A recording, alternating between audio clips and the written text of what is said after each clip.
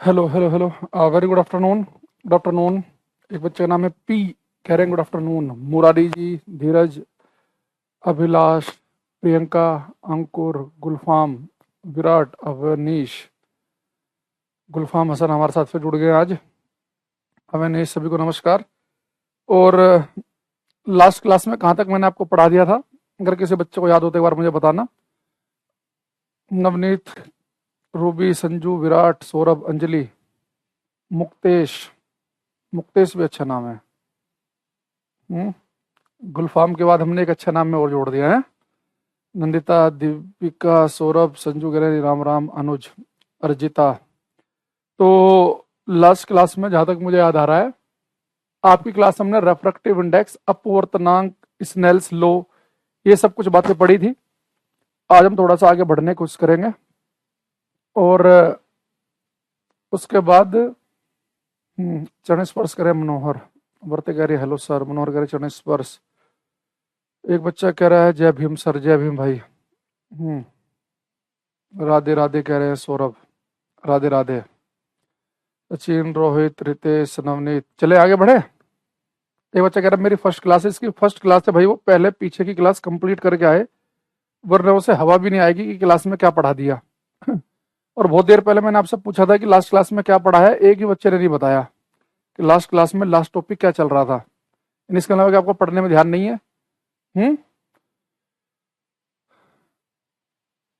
ठीक है मनोहर जी, शुरू करें कार्यक्रम आज का। ओके अर्जुन, अभी हमने शुरू किया भी नहीं है। 1-2 मिनट हमने आज ऐसे लगा दी, ताकि 2 बच्चे जो मिनट लेट आते हैं उन्हें कम से कम दिक्कत ना हो। चलो, अब यहाँ पे एक चीज देखना।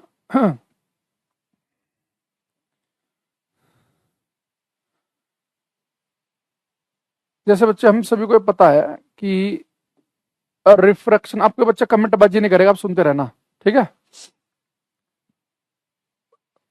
हम सभी को पता है कि लाइट जो है, अगर एक से दूसरे मीडियम में जाए, प्रकाश अगर एक से दूसरे मीडियम में जाए, लाइट, तो इस घटना को हम रिफ्रैक्शन अपवर्तन कहते हैं। रिफ्रैक्शन अपवर्तन, जब लाइट अपना मीडियम चेंज करती है।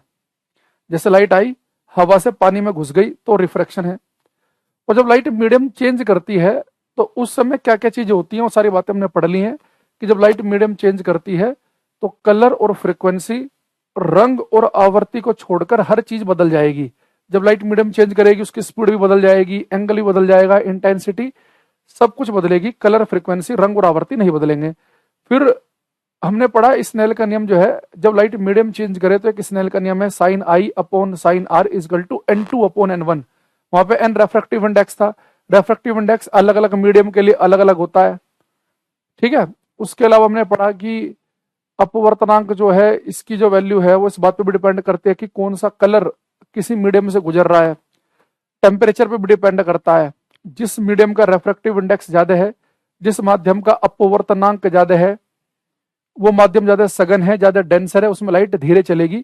ये मैंने आपको मोटा मोटा रिवीजन कराया पिछली क्लासेस का। अभी बच्चे जो लाइट मीडियम चेंज करते हैं, हम रिफ्रैक्शन कह रहे हैं ना, तो इस रिफ्रैक्शन की वजह से कुछ घटनाएं होती हैं, उनके बारे में मैं थोड़ा समझने की कोशिश करनी है क्लास के अंदर। देखो, जैसे ये बच्चे आपके पास में एक बीकर है, और ये बीकर बच्चे मान लो कि, या बाल्टी मान लो ये, अभी आप अपने घर में जाना, बाथरूम में एक खाली बाल्टी देखना, झांक कर, तो उस बाल्टी की कुछ गहराई होगी, उसे आप महसूस करो। गहराई कैसे महसूस करेंगे, तली जो है ना, बिल्कुल बॉटम जो है तली, और ऊपर वाले हिस्से को एक साथ देखो, आपको बाल्टी की गहराई महसूस हो जाएगी। अब इस बाल्टी के अंदर बच्चे पानी भर देना, ये बाल्टी जो है पानी से भर देना। जब बच्चे आप बाल्टी को पानी से भर देंगे, अब आप इसे दोबारा देखना। अब आपको बच्चे पहले से कम गहरी लगेगी। पानी से भरी बाल्टी हो, पानी से भरा स्विमिंग पूल हो, ये सब थोड़े से कम गहरे दिखते हैं। तो पानी से भरी बाल्टी कम गहरी क्यों दिखती है, ठीक है। अब उसकी बात हम कोशिश करते हैं समझने की। बच्चे, पानी से भरी बाल्टी है, स्विमिंग पूल है, पानी से भरा कोई बीकर है, या कोई मान लो कि तालाब है, और वो बहुत बिल्कुल क्लियर पानी दिख रहा है, अगर आपको उसकी अगर आप गहराई देखेंगे, जितनी एक्चुअल है उससे कम महसूस होगी। तो गहराई कम महसूस क्यों होती है, उसकी वजह समझने की कोशिश करना। देखो, अच्छा मान लो ये आपकी आंख है, और आपको अगर इस बाल्टी की गहराई को समझना है तो आपको इसकी तली देखनी पड़ेगी, इसका आपको बॉटम देखना पड़ेगा। तो आपको बच्चे इसकी तली कैसे दिखेगी? भाई कोई भी चीज हमें कब दिखती है? आपको मैंने बताया था, अगर किसी वस्तु पर लाइट टकराकर मेरी आंख तक पहुंच जाए तो वो चीज मुझे दिखने लगेगी। रिफ्लेक्शन परावर्तन में पढ़ाया था ना कि कोई भी चीज अगर देखनी है तो उसके ऊपर लाइट टकराकर आपकी आंख तक पहुंचनी चाहिए। तो तली पर जो बच्चा लाइट टकरा रही है, ये लाइट अगर मेरी आंख तक पहुंच जाए तो मुझे तली साफ साफ दिखेगी। अब बच्चे लाइट चलती है सीधी रेखा में, तो लाइट बच्चे पानी में चल रही है बिल्कुल सीधी। लेकिन मुझे एक चीज बताओ, जब ये लाइट इस बाल्टी से बाहर निकलेगी, ठीक है, ये बच्चे लाइट जो है अभी पानी में थी, जब ये लाइट बच्चे बाहर हवा में निकलेगी तो लाइट जा रही है बच्चे पानी से हवा में, लाइट जा रही है वाटर से एयर में। तो जब लाइट वाटर से एयर में जाएगी तो कौन सा केस बनेगा? ये सघन से विरल माध्यम का, डेंसर से रेयर। भाई वाटर ज्यादा ज्यादा डेंसर है, वाटर का रेफ्रेक्टिव इंडेक्स है 1.33, एयर का है लगभग 1। तो जब लाइट बच्चे पानी से हवा में जाएगी तो लाइट सघन से विरल माध्यम में जा रही है, डेंसर से रेयर। तो जो लाइट सीधी रेखा में चल रही थी ये पानी के अंदर, जैसे बाहर निकलेगी तो सघन से विरल माध्यम में जाते समय आप सभी को पता बच्चे लाइट जो है नॉर्मल से अभिलंब से दूर हट जाती है। तो अगर मैं यहाँ पे एक नॉर्मल खींच लूं तो लाइट उससे दूर हटेगी। अब देखो जो बच्चे लाइट बच्चे सीधी रेखा में चल रही थी पानी के अंदर, जैसे वो हवा में निकलेगी तो दूर हट जाएगी। अभी जो लाइट दूर हटी है तो कभी आपस में मिल नहीं पाएंगी, तो ना पीछे की तरफ बढ़ाओ। जब आप इन्हें पीछे की तरफ बढ़ाएंगे ना तो जहां पर ये आपको लाइनें मिलती हुई दिखेंगी, एक्चुअल में पानी की बाल्टी की तली आपको वहीं महसूस होगी। यानी जो पॉइंट यहाँ पर है वो पॉइंट आपको एक्चुअल में यहाँ महसूस होगा, यहाँ वाला यहाँ पर, यहाँ वाला यहाँ पर। तो यानी कि पानी की बाल्टी की तली है तो यहाँ, लेकिन आपको यहाँ महसूस होगी और आपको लगेगा बाल्टी केवल इतनी गहरी है, जबकि वो एक्चुअल में इतनी गहरी थी। तो पानी से भरी बाल्टी कम गहरी क्यों दिखती है? उसकी वजह है लाइट का रिफ्रैक्शन, लाइट का मीडियम चेंज करना। क्योंकि जब लाइट मीडियम चेंज कर रही है तो लाइट नॉर्मल से दूर हट गई। अगर अंदर भी हवा होती, बाहर भी हवा होती, खाली बाल्टी होती, तो लाइट सीधे चल के आपकी आंख में घुस जाती। तो जहां से लाइट निकली वहीं से ही आपकी आंख में पहुंच गई, तो आपको लगता है कि जो चीज जहां पर है आपको वहीं पर दिखती। लेकिन अभी क्या, लाइट जब बच्चे पानी से जा रही है, जा रही है, जा रही है, जा रही है, जैसे लाइट बच्चे बाहर हवा में जाएगी तो दूर हटेगी। अब इन पॉइंट को आप पीछे बढ़ाएंगे तो आपको एक्चुअल में लगेगा कि पानी की बाल्टी की तली यहाँ है, जबकि है वो नीचे की तरफ। तो पानी से भरी बाल्टी कम गहरी क्यों दिखती है? क्वेश्चन आता है पेपर में कि पानी से भरी बाल्टियां, पानी से भरा बीकर, पानी से भरा स्विमिंग पूल कम गहरे क्यों दिखते हैं? उसकी वजह रिफ्रैक्शन, अपवर्तन। ये सारे मैं एग्जांपल में आपको लिखाऊंगा, लेकिन अभी मेरा जो मेन उद्देश्य है वो ये है कि आपको ये बताना, अगर पेपर में क्वेश्चन आ जाए कि एक बाल्टी 20 मीटर गहरी है तो आपको कितने मीटर गहरी लगेगी, एक बाल्टी 25 मीटर गहरी है तो आपको कितने मीटर गहरी लगेगी, यानी एक्चुअल गहराई 25 है पर आपको कितनी लगेगी। या अगर पेपर में कह दे कि एक बाल्टी 16 मीटर गहरी लग रही है तो वास्तव में कितनी गहरी रही होगी। तो ये वाला क्वेश्चन आपको एक बार करा रहा हूं, फिर हम 2-3 पॉइंट देखेंगे, फिर हम कुछ एग्जाम्पल लिखेंगे। पहले यहां समझना बात को। जैसे बच्चे मान लो एक बकेट है, बाल्टी है और ये बाल्टी पूरी पानी से भरी हुई है।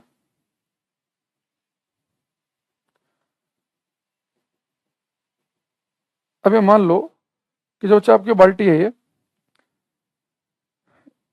इसकी जो तली है वो आपको यहां दिख रही है, मैंने ऐसे बना दिया थोड़ा समझाने के लिए। यानी कि आपको बाल्टी इतनी गहरी दिख रही है, तो ये बच्चों की बाल्टी की आभासी गहराई, अपरेंट डेप्थ, जो आपको महसूस हो रही है, इसे हम बोलते हैं अपरेंट डेप्थ।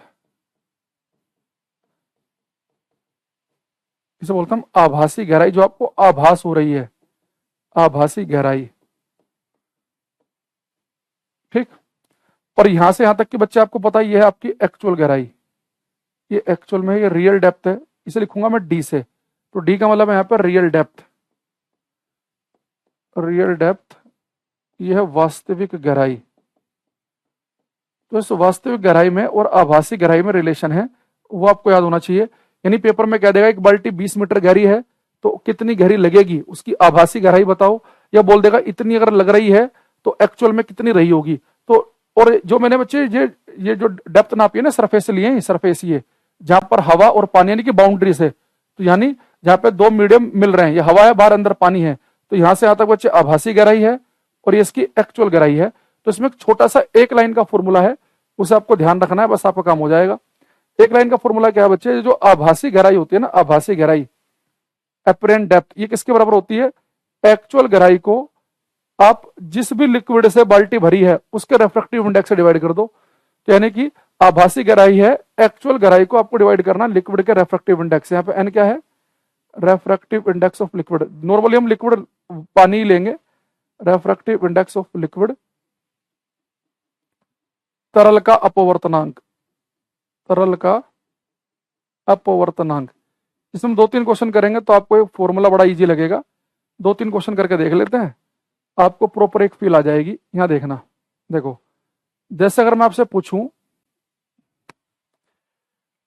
अगर मैं आपसे एक चीज पूछ ली जाए यहाँ पर कि भाई ये बताओ, एक बाल्टी है और इसकी जो एक्चुअल गहराई है बाल्टी की, ये बाल्टी जो है एक्चुअल में 24 मीटर गहरी है। तो 24 मीटर गहरी बाल्टी अगर पानी से भरी है तो इसकी आभासी गहराई कितनी होगी, इसकी अपरेंट डेप्थ कितनी होगी, आपको बताना है। 24 मीटर गहरी बाल्टी वाटर से भरी है, आपको इसकी गहराई कितनी लगेगी, इसकी अपरेंट डेप्थ आभासी गहराई क्या होगी, आपको बताना है।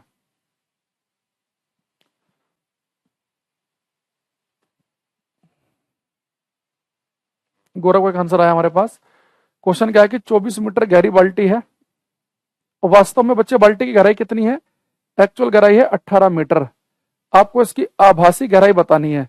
तो सबसे पहले तो आप एक बात को ध्यान देना, सबसे पहले सही बच्चे, सॉरी एक्चुअल गहराई 24 मीटर है, 18 तो मैंने इसका आंसर देख के बता दिया।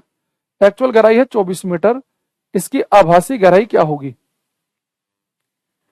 तो सबसे पहले आपको एक चीज ध्यान रखना है, सचिन ऋतिक विलेश अर्जुन आंसर दे रहे हैं बिल्कुल ठीक ठीक, कि बाल्टी 24 मीटर गहरी है, आभासी कितनी होगी। तो आपको पता बच्चे, जो आभासी गहराई होती है ना, आभासी गहराई वो तो एक्चुअल से कम आएगी। यानी आंसर आपको ध्यान रखना है कि 24 से कम वाला आएगा। कम से कम अगर आपको कुछ भी ध्यान न रहे, लॉजिक याद रखो कि बाल्टी पानी से अगर भरी है तो कम गहरी लगती है, उसकी आभासी गहराई कम होती है और एक्चुअल ज्यादा होती है। तो एक्चुअल बड़ी होगी और अपरेंट कम होगी, तो आंसर क्या आएगा, याद रखना 18 से 24 से कम आएगा। तो अपरेंट डेप्थ क्या होती है बच्चे, एक्चुअल गहराई को रेफ्रेक्टिव इंडेक्स से डिवाइड कर दो। तो बाल्टी किससे भरी है, पानी से, तो पानी के रेफ्रेक्टिव इंडेक्स से डिवाइड कर देंगे। तो एक्चुअल गहराई कितनी है, 24 मीटर। पानी का रेफ्रेक्टिव इंडेक्स होता है 4/3। 1.33 मत यूज करना, उससे कैलकुलेशन टफ रहेगी। 4/3 करना, 4/3 को सोल्व करके ही 1.33 आता है। तो न्यूमेरिकल में 4/3 यूज किया करो। 4×6 24, तो 6 18, तो इसकी आभासी गहराई आ जाएगी 18 मीटर। यानी कि हर 24 मीटर गहरी बाल्टी आपको 18 मीटर गहरी लगेगी। तो हर 24 मीटर गहरी बाल्टी 18 मीटर की लगेगी। तो एक्चुअल में कितने बच्चे, 24, तो आपको महसूस केवल कितनी होगी, 18। और आपको चीज ध्यान रखनी है कि एक्चुअल गहराई हमेशा ज्यादा होती है आभासी गहराई से। अगर हम गहराई की बात करें तो ये हमारा जो आंसर आएगा वो 18। यानी कि आपको केवल ये लगेगा कि ये बाल्टी 18 मीटर गहरी है, जबकि वो एक्चुअल में 24 थी। जैसे क्वेश्चन मैं आपसे और पूछना चाहूंगा, एक मेरा क्वेश्चन है कि एक टैंक है, पानी से भरा हुआ है। एक टैंक बच्चे वाटर से भरा हुआ है और इस टैंक की, और बच्चे इस टैंक की जो अप्रियंट डेप्थ है, जो आभासी गहराई है, अगर वो आभासी गहराई 32 मीटर हो, अप्रियंट आभासी गहराई अगर 32 हो, तो रियल डेप्थ, वास्तविक गहराई कितनी होगी। एक टैंक वाटर से भरा हुआ है और आपसे पेपर में क्या पूछा उसने, आपसे पेपर में कहा उसने कि टैंक जो है पानी से भरा हुआ है, इस टैंक की अपरेंट डेप्थ आभासी गहराई 32 है, तो रियल क्या होगी, ये आपको बताना है। शुभांगी, अर्जुन, अंजलि, साहिल, विक्रम, करो बेटा सभी कुछ क्वेश्चन को।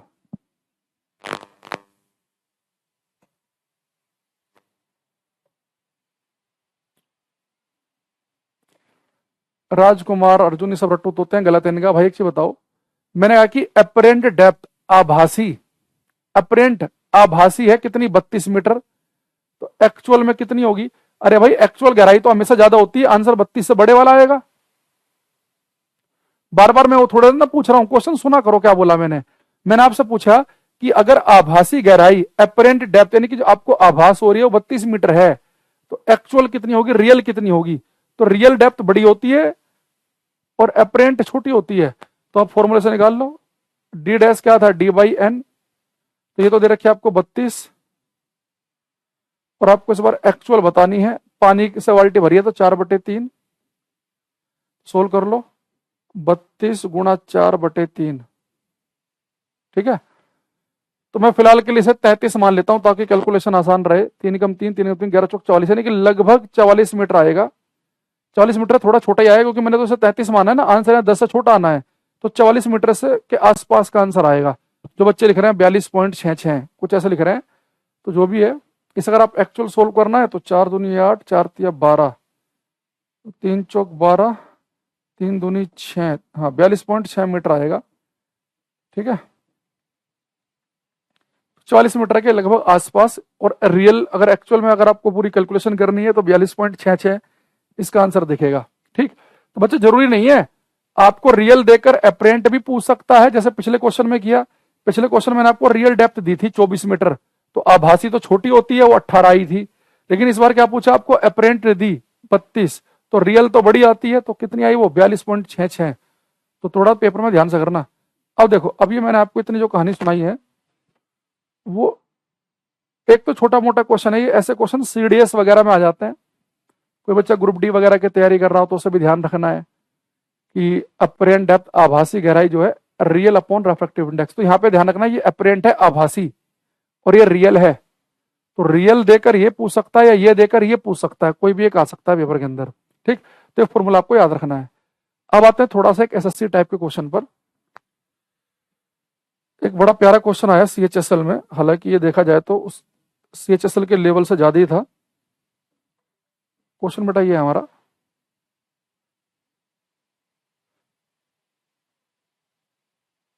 घूमने वाला नहीं है।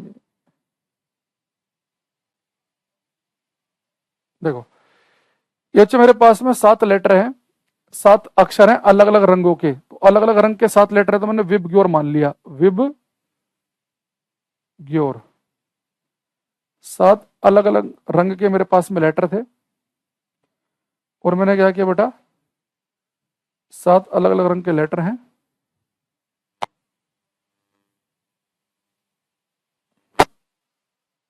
और इन्हें मैंने बच्चे एक टेबल पर रखा। एक टेबल पे एक ही लाइन में 7 अलग अलग रंग के अक्षर हैं, तो मैंने एक अक्षर ले लिया वायलेट कलर का, बैंगनी, एक इंडिगो आसमानी, नीला, हरा, पीला, ऑरेंज, रेड।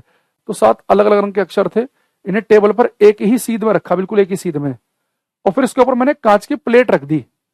तो बच्चों मैंने 7 अक्षर रखे थे, अलग अलग रंग में थे, उनके ऊपर एक कांच की प्लेट रखी, और ऊपर से देखा तो कोई अक्षर मुझे ज्यादा उठा हुआ दिख रहा था, उभरा हुआ, और कोई अक्षर ऐसे दिख रहे थे, कोई ज्यादा उठा हुआ है, कोई ज्यादा गहराई में दिख रहा था। तो पेपर में क्वेश्चन आया, अगर 7 अलग अलग रंग के अक्षरों के ऊपर एक कांच की प्लेट रख दी जाए तो कौन सा अक्षर ज्यादा उठा हुआ दिखेगा, ज्यादा उभरा हुआ दिखेगा। इस चीज को आप देखो महसूस भी करना। आपके पास अगर कोई किताब हो ना, उस किताब में कुछ लिखा होगा, उसके ऊपर आप एक कांच की प्लेट रखना, जब आप कांच की प्लेट रख दोगे ना, वो अक्षर आपको उठे हुए दिखेंगे। कभी महसूस किया आपने कि आपकी किताब के ऊपर जो भी अक्षर लिखे हुए हैं उसके ऊपर अगर एक कांच की प्लेट रख दें तो लेटर थोड़े से उठे हुए दिखते हैं। लेकिन अभी हमारे साथ दिक्कत क्या है कि किताब में सारे अक्षर काले रंग के हैं, ब्लैक कलर के, तो सारे के सारे बराबर ही उठे हुए तो दिखेंगे, पर उठे हुए भी सारे के सारे एक ही सीध में दिखेंगे। तो अगर एक अक्षर रंग बिरंगे हो तो कोई अक्षर ज्यादा उठाव दिखेगा, कोई कम दिखेगा। तो सीएचएसएल में क्वेश्चन आया कि when we put a glass slab on 7 different colours then which colour appears at top. जब हम 7 अलग अलग रंग के अक्षरों के ऊपर एक कांच की प्लेट रखते हैं तो कौन सा रंग ज्यादा उठा हुआ दिखता है। तो इसके लिए मैं, आप मुझे बताओ, अगर 7 अलग अलग रंग के अक्षरों के ऊपर एक कांच की प्लेट रख दी जाए तो कौन सा रंग आपको ज्यादा उठा हुआ उभरा हुआ दिखेगा, यानी अपने नजदीक दिखेगा, ये बताओ।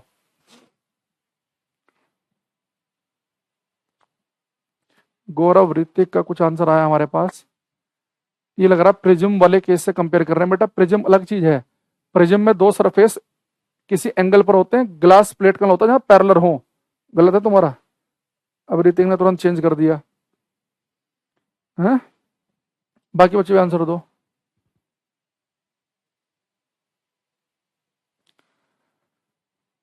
आशुतोष, अर्जुन, जितने, चलो मैं इसका आंसर लिखवा देता हूँ फिर इसे एक्सप्लेन कर देंगे। बहुत सारे बच्चों को गलत आंसर आ रहा है, यहाँ लिखेंगे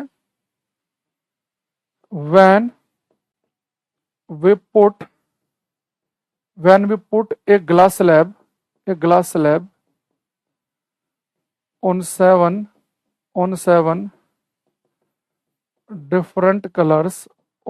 different colors, comma, red color appears at top, while violet color appears at bottom। Hindi में लिखेंगे, जब हम 7 अलग अलग रंग के अक्षरों के ऊपर एक कांच की प्लेट रखते हैं, जब हम 7 अलग अलग रंग के अक्षरों के ऊपर एक कांच की प्लेट रखते हैं तो बैंगनी रंग सबसे ऊपर, तो बैंगनी रंग सबसे ऊपर और लाल रंग सबसे नीचे दिखाई देता है। अरे मैंने गलत लिख दिया। तुम्हारा आंसर देख देख के मैं भी क्या कर रहा हूं भाई। मैं तुम्हारे इतने कमेंट आ रखे ना रेड रेड के, तो मेरे से भी रेड ही लिखा गया। Violet colour appears at top while red colour appears at bottom. गलत हो जाता है मामला भी। लिखेंगे जब 7 अलग अलग रंग के अक्षरों के ऊपर एक कांच की प्लेट रखी जाती है तो बैंगनी रंग सबसे ऊपर और लाल रंग सबसे नीचे दिखाई देता है। बैंगनी रंग सबसे ऊपर और लाल रंग सबसे नीचे दिखाई देता है। देखो पैटर्न आपको कुछ ऐसा दिखेगा। अब समझते हैं कि ऐसा क्यों दिखेगा, बैंगनी सबसे ऊपर क्यों दिखेगा और लाल सबसे नीचे क्यों दिखेगा। When you put a glass slab on 7 different colors, violet color appears at top while red color appears at bottom। बैंगनी ऊपर और लाल नीचे, ठीक है। अब यहाँ पे एक चीज ध्यान से समझेंगे कि ऐसा क्यों हो रहा है कि बैंगनी ऊपर क्यों दिख रहा है और लाल नीचे क्यों दिखाई दे रहा है। आप एक चीज बताओ मुझे, ये 7 अक्षर एक ही सीध में थे, बिल्कुल एक ही लाइन पर। जब मैं इनके ऊपर कांच की प्लेट रखूंगा तो एक अक्षर ज्यादा जो उठा हुआ दिख रहा है, इसका मतलब जो है कि इसकी जो अपरेंट डेप्थ है, आभासी गहराई है, वो कम है। भाई गहराई कहां से नापते हैं हम, बाउंड्री से नापते हैं ना। भाई हमें पता है कि जहां पर ऊपर हवा है यहाँ पे कांच, तो यहाँ बाउंड्री से नापेंगे जहां 2 मीडियम मिल रहे हैं। जैसे पानी की बाल्टी में जब पानी खत्म हो गया था और हवा स्टार्ट हो गई थी, तो उस बाउंड्री से हम गहराई नाप रहे थे कि ये आभासी गहराई है और ये एक्चुअल गहराई है। तो ऐसे ही बच्चे, कांच की प्लेट है, ऊपर हवा है, तो हम ये जो बाउंड्री है उस बाउंड्री से नापेंगे हम, ठीक है। तो अगर आप यहां देखेंगे ध्यान से कि अगर मैं कह रहा हूं कि बैंगनी रंग दिखेगा टॉप पर और लाल दिखाई देगा सबसे नीचे, तो इसका मतलब है कि जो बैंगनी रंग अगर टॉप पर दिखेगा, यानी बैंगनी रंग जो है इसकी आभासी गहराई कम होगी और रेड कलर जो है इसकी आभासी गहराई ज्यादा होगी। ऐसा देखो क्यों है। अभी हमने एक फॉर्मूला पढ़ा कि अपरेंट डेप्थ आभासी गहराई क्या होती है, एक्चुअल गहराई को रेफ्रैक्टिव इंडेक्स से डिवाइड कर दो। अच्छा एक्चुअल गहराई तो सबकी बराबर ही है, शुरू में तो सारे के सारे एक ही सीध में रखे हुए थे, तो सबकी एक्चुअल गहराई तो सेम है। एक्चुअल तो रियल तो सबकी सेम है। अभी बच्चे अपरेंट डेप्थ आभासी गहराई है, वो किस पे डिपेंड करेगी, रेफ्रैक्टिव इंडेक्स पे। तो पिछली क्लास में मैंने आपको जाते जाते बताया था कि रेड कलर जो होता है ना, लाल रंग, लाल रंग के लिए किसी मीडियम का रेफ्रैक्टिव इंडेक्स अपवर्तनांक सबसे कम होता है। लाल रंग जब किसी मीडियम में चलता है तो लाल रंग के लिए रेफ्रैक्टिव इंडेक्स अपवर्तनांक कम होता है, इसलिए लाल रंग तेज भागता है। तो लाल रंग के लिए अगर रेफ्रैक्टिव इंडेक्स कम है तो लाल रंग के लिए आभासी गहराई कैसी होगी, ज्यादा। यानी लाल रंग जो होगा ज्यादा, आभासी गहराई ज्यादा आएगी, अपरेंट डेप्थ ज्यादा आएगी। दूसरा, अगर मैं आपसे पूछूं कि हमने पिछली क्लास में पढ़ा कि जो बैंगनी रंग के लिए किसी मीडियम का रेफ्रैक्टिव इंडेक्स ज्यादा होता है, ज्यादा होगा तो इसके लिए अपरेंट डेप्थ कैसे आएगी बच्चे, कम आएगी। सॉरी, ये ज्यादा होता तो इसके लिए कम आएगी और इसके लिए कम था तो ज्यादा आ रही थी। यानी कि बैंगनी रंग के लिए आभासी गहराई कम आएगी, यानी कि बैंगनी रंग आपको ऊपर दिखेगा।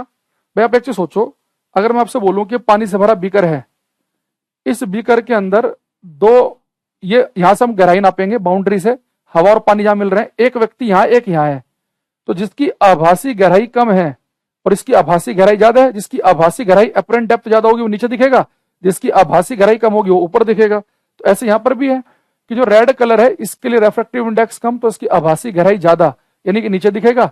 वायलेट कलर जो है उसका रेफ्रैक्टिव इंडेक्स ज्यादा है तो उसकी आभासी गहराई कम, तो यहां दिखेगा। तो बैंगनी रंग ऊपर दिखेगा, लाल रंग दिखाई देगा नीचे, ठीक है। एक सौरभ कह रहा है सेकंड टॉप पे कौन दिखेगा, क्या करें भाई इन बच्चों का, कुछ कर सकते हैं क्या, ये दिख नहीं रहा तुझे कि बैंगनी सबसे ऊपर दिखेगा, फिर इंडिगो है, फिर ब्लू है, फिर ग्रीन है, फिर येलो है, फिर ऑरेंज है, फिर रेड है, कि बैंगनी सबसे ऊपर दिखेगा, लाल सबसे नीचे दिखेगा। तो विप ग्योर को अरेंज कर ले अब इसमें, सेकंड टॉप पर कौन दिखेगा, पांचवे पे कौन दिखेगा, पांचवे पे देख ले कौन दिखेगा, 1 2 3 4 5, पांचवे पे येलो दिखेगा, सबसे ऊपर बैंगनी, फिर उसके बाद इंडिगो, फिर ब्लू, फिर ग्रीन, फिर येलो, फिर ऑरेंज और रेड दिखेगा सबसे नीचे। बना रखा है यहाँ पे, तब है सी हालत इनकी। बस एक क्वेश्चन दिमाग में आ गया, उससे लिखते रहेंगे, कमेंट पे कमेंट करते रहेंगे, दिमाग नहीं लगाएंगे थोड़ा सा भी। अच्छा दूसरी चीज, ये क्वेश्चन बच्चे गलत कैसे करके आए पेपर में, उन सब ने टिक लगा दिया कि लाल दिखेगा ऊपर और बैंगनी दिखेगा नीचे। एक्चुअल में क्या है कि आप सभी ने से कंपेयर कर लिया प्रिज्म वाले केस से। देखो प्रिज्म जो होता है ना, जब प्रिज्म से लाइट गुजरती है, विजिबल लाइट, सन की लाइट गुजरती है, दृश्य प्रकाश, विजिबल लाइट, तो सूर्य का प्रकाश 7 रंगों में टूटता है, 1 2 3 4 5 6 7, और उन 7 रंगों में जब लाइट प्रिज्म से गुजरती है तो 7 रंगों में लाल सबसे ऊपर होता है, बैंगनी नीचे होता है। भैया प्रिज्म में 2 सरफेस होते हैं इनक्लाइंड, ये अलग केस है, और ग्लास स्लैब का मतलब होता है कांच की प्लेट में 2 सरफेस होते हैं बिल्कुल पैरेलल, तो आप इससे कंपेयर नहीं कर सकते इसे। ये प्रिज्म वाला हम आगे पढ़ेंगे, एक जगह आएगा ये आगे। अभी जो ग्लास स्लैब है उसमें आप स्नेल्स नियम से समझो कि जिस कलर के लिए रेफ्रेक्टिव इंडेक्स कम है उस कलर के लिए आभासी गहराई ज्यादा आएगी। लाल रंग का अपवर्तनांक कम होता है किसी मीडियम के लिए, तो लाल रंग के लिए गहराई कैसी आएगी, ज्यादा। ठीक है, तो याद रखना जब एक ग्लास स्लैब की बात करेगा कि कांच की प्लेट 7 अलग अलग रंगों पर रखी हो, 7 रंग कौन से हैं, विबग्योर, तो उनमें बैंगनी रंग दिखता है टॉप पर और लाल दिखता है नीचे। ठीक है, अरे बात समझ में आई कि नहीं आई है? तो उसके लिए देखो आपको रेफ्रेक्टिव इंडेक्स पिछली क्लास आपके पड़ी हुई होनी चाहिए। ये सारी बातें पिछली क्लास में बताई थी कि लाल रंग के लिए रेफ्रेक्टिव इंडेक्स कम होता है, बैंगनी के लिए ज्यादा होता है, और ये फॉर्मूला बताया जो शुरू से आ रहे हैं और सारी क्लास देखे हैं उन्हें समझ में आएगा। और 7 रंग होते हैं विबग्योर, ये सारी बातें डिस्कस कर चुके हैं हम पहले। कितने बच्चों को समझ में आया? अगर समझ में आया तो वाई लिखेंगे, नहीं आया तो एन। और शर्त यह है कि कमेंट वही करे जो सारी क्लास ले रहा है। गुलफाम हसन साहब का सबसे पहला बार हमारे पास आंसर आया, ओके सर का। अनुज, धीरज, आकृति, अंजलि कह रहे हैं मेरे कमेंट का रिप्लाई कर दीजिए प्लीज सर। कर दिया जी। ऋतिक कह रहे हैं क्लियर है। रोली कह रहे हैं ठीक। यचिका, सरीना, सत्यम, निशा, संजू, विमल, ऋषिक, क्या बात है भाई, सबको आगे समझ में, बहुत बढ़िया। चलो अब अगर आप केवल और केवल एसएससी के एग्जाम की तैयारी कर रहे हैं तो आपको मैंने अब तक जितना पढ़ाया उससे ज्यादा इंपॉर्टेंट आपके लिए अगले 5 लाइनें हैं जो केवल एसएससी के बच्चे हैं। देखो ये स्पेशल बैच है, तो स्पेशल बैच में हम केवल और केवल एसएससी को ध्यान में रख के नहीं पढ़ाते, इसमें हम सीडीएस लेवल को भी टच करते हैं, पीसीएस को भी टच करते हैं, इसके अंदर हम थोड़ा रेलवे को भी टच करेंगे, सारी चीजों को टच करके चलते हैं क्योंकि स्पेशल बैच है। हाँ बहुत ज्यादा न्यूमेरिकल नहीं करेंगे क्योंकि साइंस स्पेशल नहीं है, तो लेकिन जितना आपको सीडीएस वगैरह में चाहिए उतना का आपका हमें काम बन जाएगा। Sir my question is which one is better job, SSC और गवर्नमेंट टीचर? अंजलि कह रही है कि एसएससी और गवर्नमेंट टीचर में कौन बढ़िया है, जो लग जाए। ये क्वेश्चन तब पूछना जब आपकी दोनों जगह जॉब लग जाएगी ना, तब पूछना, तब बताएंगे। अभी पहले आप जॉब ले लो, जहां लग जाए वो बढ़िया है। ठीक है, तलवीर कहने से मेरी कमेंट आप तक क्यों नहीं पहुंच रही हैं? पहुंच गई भाई। अब जो अगले 5 लाइन है ये प्योर एसएससी के लिए है। अब पेपर में आपसे पूछता है कि भाई जैसे पेपर में कहेगा आपसे कि पानी से भरी कोई बाल्टी है, वो कम गहरी दिखाई देती है, पानी का तालाब कम गहरा दिखता है, तो उसके पीछे की वजह क्या है? तो हम बोलेंगे रिफ्रैक्शन, क्योंकि जब लाइट मीडियम बदल रही है ना, तो लाइट के मीडियम चेंज करने से कहीं की चीज कहीं दिखाई दे रही है हमें। ठीक है, तो अब बोलेंगे रिफ्रैक्शन। हाँ सीडीएस में आपसे पूछ लेगा कि बाल्टी 20 मीटर गहरी है तो कितनी मीटर गहरी लगेगी, वहां पर न्यूमेरिकल पूछ सकता है, पर एसएससी वाला पूछेगा कि बाल्टी कम गहरी दिख रही है तो क्यों दिख रही है, तो आपको रिफ्रैक्शन बताना है। तो पेपर में आपको रिफ्रैक्शन पूछे कौन कौन सी घटनाएं रिफ्रैक्शन वाली हैं, तो मैं 4-5 आपको एग्जांपल लिखवा रहा हूं। जैसे आपसे पेपर में कह देगा कि पानी से भरी बाल्टी के अंदर अगर हम एक सिक्का रख दें तो सिक्का थोड़ा सा बच्चे उठा हुआ दिखता है। आपको सोचो पानी की बाल्टी की तली हमें उठी हुई दिखती है, तभी तो पानी की बाल्टी कम गहरी दिखती है। ऐसे पानी की बाल्टी के अंदर आप एक कोइन रख देंगे, सिक्का रख देंगे, वो सिक्का भी उठा हुआ दिखता है आपको। तो पानी से भरी बाल्टी में कोई सिक्का उठा हुआ क्यों दिखता है, पानी से भरी बाल्टी कम गहरी क्यों दिखती है, ये आपसे पेपर में कह देगा कि पानी से भरी बाल्टी के अंदर अगर हम कोई पेंसिल छोड़ दें, वो पेंसिल मुड़ी हुई दिखती है, बैंड दिखती है, तो पानी से भरी बाल्टी के अंदर पेंसिल का मुड़ा हुआ दिखना, सिक्के का उठा हुआ दिखना, बाल्टी का कम गहरा दिखना। ये एक बड़ा फेमस एग्जांपल इसका ट्विंकलिंग ऑफ स्टार्स, तारों का टिमटिमाना, ये सब रिफ्रैक्शन के एग्जांपल हैं। देखो होता क्या है, जैसे मान लो हमारी धरती माता है और ये पृथ्वी के ऊपर का वातावरण है जो गैसों से मिलकर बना है, जहां पर हम सांस ले रहे हैं। सारे एग्जांपल लिखाऊंगा अभी मैं। आप यहां पर खड़े हैं, अब बच्चे कहीं अंतरिक्ष में एक तारा है, स्टार, अब इस तारे से बच्चे चल रहे हैं लाइट चली, और आपको पता है कि लाइट चलती है सीधी रेखा में, तो सूर्य का जो तारे का जो प्रकाश है सीधी रेखा में चल रहा है अंतरिक्ष में है वैक्यूम, निर्वात। लेकिन बच्चे जैसे लाइट तारे का प्रकाश हमारे वातावरण में घुसेगा, तो आपको पता है वैक्यूम का रिफ्रैक्टिव इंडेक्स होता है एग्जैक्ट 1 और एयर का होता है 1.0003, बताया था ना, एयर का थोड़ा सा ज्यादा होता है। तो वैक्यूम की अपेक्षा, निर्वात की अपेक्षा एयर ज्यादा डेंस है, ज्यादा सघन है। तो जब बच्चे लाइट जैसे ही वैक्यूम से एयर में जाएगी तो अंदर की तरफ को बैंड हो जाएगी। अब इस लाइट को आप पीछे की तरफ बढ़ाओ, एक्चुअल में तारा आपको यहां दिखेगा, एक तो तारा जहां पर है वहां पर ना दिखकर इससे ऊपर दिखेगा, उठा हुआ। जहां पर भी तारा आपको दिख रहा है ना, यानी कि अपनी एक्चुअल पोजीशन से ऊपर दिख रहा है। दूसरी चीज क्या है, हमारे वातावरण में जो बच्चे हवाएं हैं ना, इन हवाओं की हवाएं चेंज होती रहती हैं, हिलती रहती हैं, हवाएं फ्लो कर रही हैं, कभी डेंसिटी बदलती रहती है, हवाओं की कम हो गई, ज्यादा हो गई, ऐसे। तो इस वजह से ये जो आपको तारे की जो इमेज यहाँ दिखी, कभी यहाँ दिखेगी, कभी यहाँ दिखेगी, कभी यहाँ, कभी यहाँ, कभी यहाँ, तो इसलिए तारा आपको टिमटिमाते हुए लगेगा। कभी तारे की इमेज यहाँ दिख रही है, कभी यहाँ, कभी ऊपर नीचे, हल्की उसी के आगे पीछे ऊपर नीचे होती रहेंगी, तो आपको इसलिए तारा टिमटिमाते हुए लगता है। वो क्योंकि तारे की आपको इमेज जो है वो चेंज दिख रही है। वजह क्या उसकी? क्योंकि लाइट जब मीडियम चेंज कर रही है, अपना माध्यम चेंज कर रही है, अगर यहाँ पे बच्चे हवा ना होती तो जहां से तारा है लाइट सीधी आपकी आंख में घुसती, जहां पर तारा है एक्चुअल में वहीं पे दिखता आपको, दूसरा टिमटिमाते हुए भी ना दिखता। अब मीडियम चेंज होने की वजह से एक तो उसकी पोजीशन सही नहीं दिख रही, और मीडियम भी फिक्स नहीं है, यहाँ पे एयर वगैरह चेंज होती रहती है, इस वजह से माहौल ऐसा हो रहा है। ठीक है,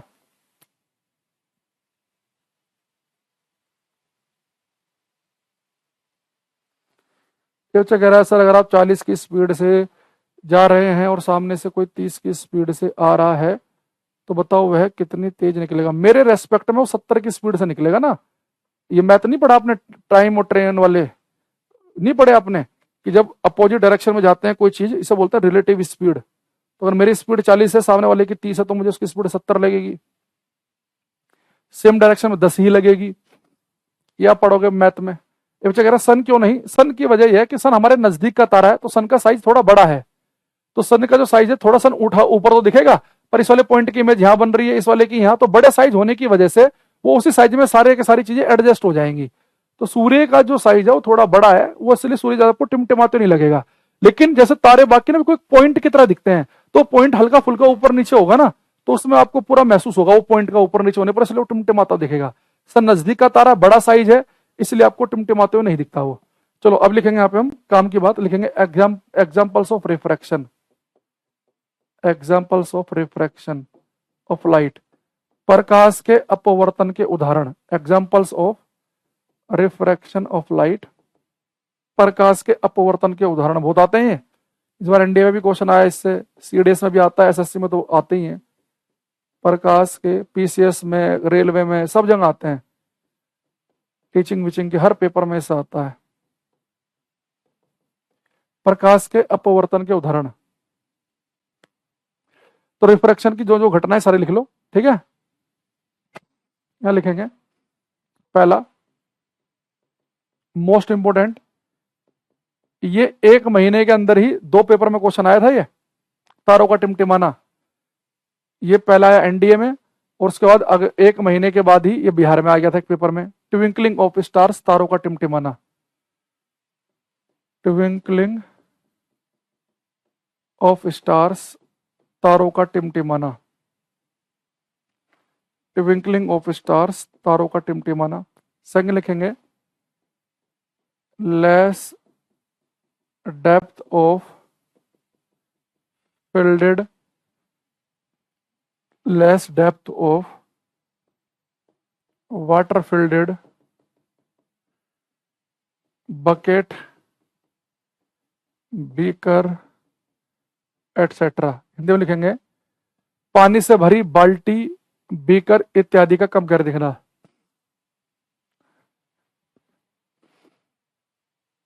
हाँ गौरव सही कह रहे हो, पानी से भरी बाल्टी, बीकर इत्यादि का कम गहरा दिखना, पानी से भरी बाल्टी, बीकर इत्यादि का कम गहरा दिखना। थोड़ा लिखेंगे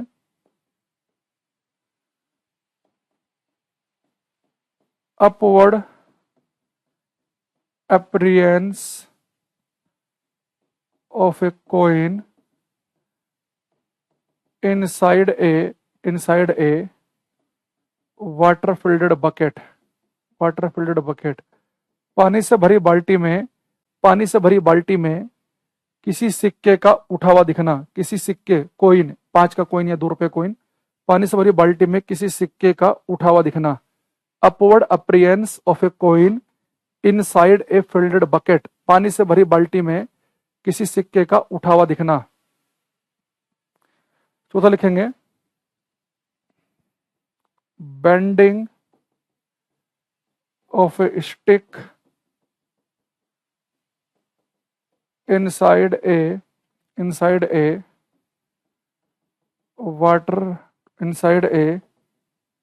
water filled bucket, पानी से भरी बाल्टी में किसी पेंसिल का मुड़ा हुआ दिखना या किसी छड़ का मुड़ा हुआ दिखना, पानी से भरी बाल्टी में किसी छड़ का मुड़ा हुआ दिखना। Bending of A stick inside a water field bucket, पानी से भरी बाल्टी में किसी स्टिक या किसी रोड, छड़ का, पेंसिल का मुड़ा हुआ दिखना, तारों का टिमटिमाना, बाल्टी का कम गहरा दिखना, सिक्के का उठा हुआ दिखना, पेंसिल का मुड़ा हुआ दिखना। सबके आंसर क्या है? रिफ्रैक्शन। एक लास्ट एग्जांपल और बताऊंगा मैं आपको, ये पांचों के पांचों याद कर लेना, बहुत इंपॉर्टेंट है। आपसे फिर से एक अनुरोध है स्पेशल कि जितना अभी तक मैंने पढ़ाया है रिफ्रैक्शन में आप उसे भूल सकते हैं, ये पांचों एग्जांपल याद होनी चाहिए। बस एक लाइन और याद रखना इनके साथ में कि लाइट मीडियम बदलती है तो उसका रंग और फ्रीक्वेंसी, रंग और आवृत्ति को छोड़कर बाकी सब कुछ बदलेगा, रंग आवृत्ति नहीं बदलेंगे। एक वो क्वेश्चन याद रखना है। रेफ्रैक्टिव इंडेक्स जो है अपवर्तनांक एक यूनिट लेस मात्रकहीन राशि है, इसकी कोई यूनिट नहीं है, इसका कोई मात्रक नहीं होगा, और जिस मीडियम का रेफ्रैक्टिव इंडेक्स ज्यादा होता है वो मीडियम सघन होता है, उसमें लाइट धीरे चलती है। तो 2 4 5 बातें एसएससी वाले बच्चों के लिए। पांचवा देखो बच्चे क्या है, जैसे कि आप सुबह सुबह अपनी छत पे पहुंच गए, क्योंकि आपके घर वालों ने आपको एक काम दिया है आज कि बेटा सनराइज होगा, सूरज उगेगा, वाटर के प्लेस पर कोई और लिक्विड भी हो सकता है पर वो ट्रांसपेरेंट होना चाहिए, तभी तो आपको आइडिया होगा। कोई ऐसा लिक्विड ले लो जो ट्रांसपेरेंट है, तो वहां पे भी हो जाएगा। कांच ले लो, जरूरी नहीं कि लिक्विड ही लो, कांच के अंदर भी तो दिखी थी ना चीजें, उठी हुई दिखी थी, ट्रांसपेरेंट जहां पे देख सको। अब जैसे मान लो सुबह सुबह घर वालों ने कहा बेटा सनराइज होगा, वो टाइम आपको नोट करना है, आप खड़े होगे छत पे, अच्छा सूरज उगेगा, वो बच्चा आपको पता कैसे चलता है? जैसे आप मान लो खड़े होगे, कहीं दूर देखना, खुले से मैदान में खड़े होकर कहीं दूर आपको धरती आकाश मिलते हुए दिखते हैं, तो वो लाइन जहां पर लगता है कि धरती आकाश मिल रहे हैं, इस बच्चे हम बोलते हैं क्षितिज, होरिजन, क्षितिज, जहां पर आपको धरती आकाश मिलते हुए दिखते हैं। ठीक है, कहीं धरती आकाश मिलते हुए दिख रहे हैं।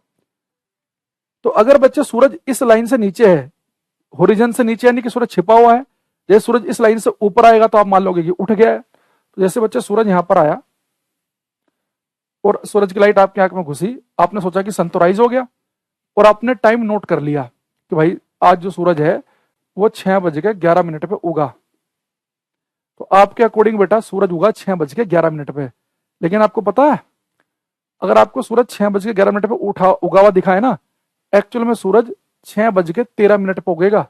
डेली सूर्य आपको उसके उगने से भी 2 मिनट पहले दिखाई देता है। सन अभी राइज भी नहीं हुआ, सन अभी राइज भी नहीं हुआ, सन अपने उगने से भी आपको 2 मिनट पहले दिखता है। आप कहोगे जब सर सन उगा ही नहीं है तो दिख कैसे गया? उगने से 2 मिनट पहले कैसे दिख जाएगा? जैसे बेटा पानी की बाल्टी की तली थोड़ी सी आपको उठी हुई दिखती है, पानी की बाल्टी के अंदर का सिक्का आपको उठा हुआ दिखता है, ऐसे ही सन अभी यहां पर है, सूरज है तो यहां पर, लेकिन आपको जैसे पानी की बाल्टी की तली उठी हुई दिख रही है, सिक्का उठा हुआ दिख रहा है, वैसे सूरज है यहां पर, लेकिन अभी आपको यहीं दिखने लग जाएगा। सूरज आपको एक्चुअल जो उसकी पोजीशन है उससे उठा हुआ दिखता है, यानी सूरज वास्तव में है तो यहां, लेकिन आपको दिख यहां रहा है, जबकि वास्तव में सूरज को भी यहां से यहां तक आने में 2 मिनट का समय और लगेगा।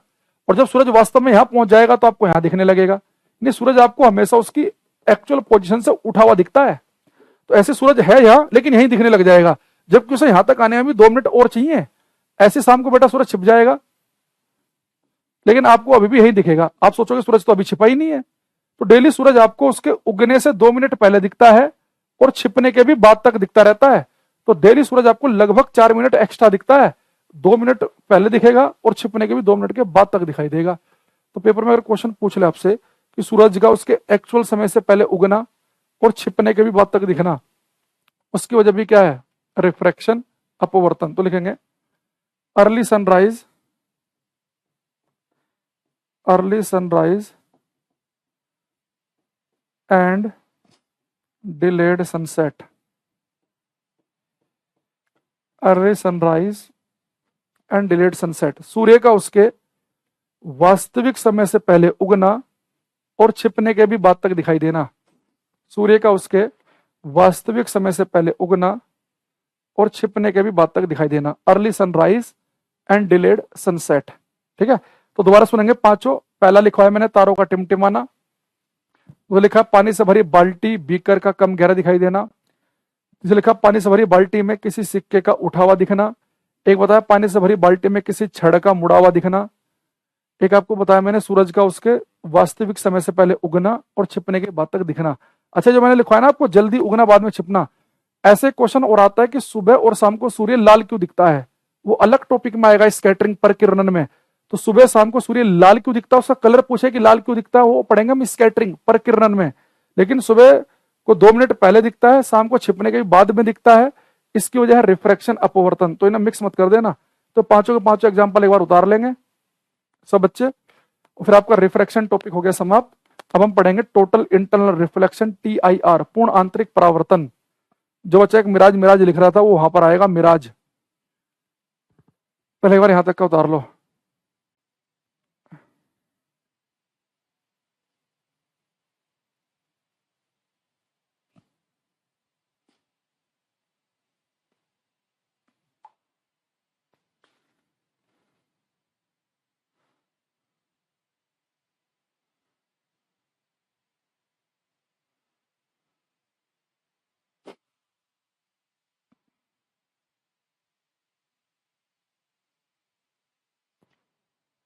डन कह रहे हैं रेहान।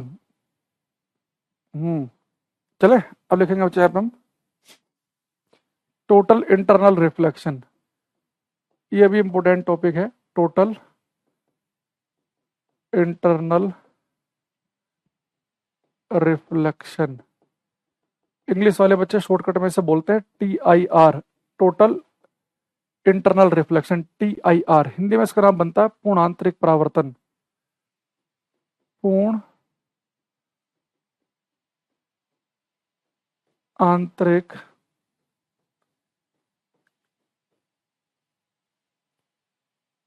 परावर्तन, टोटल इंटरनल रिफ्लेक्शन, पूर्ण आंतरिक परावर्तन। ठीक है, टोटल इंटरनल रिफ्लेक्शन, पूर्ण आंतरिक परावर्तन।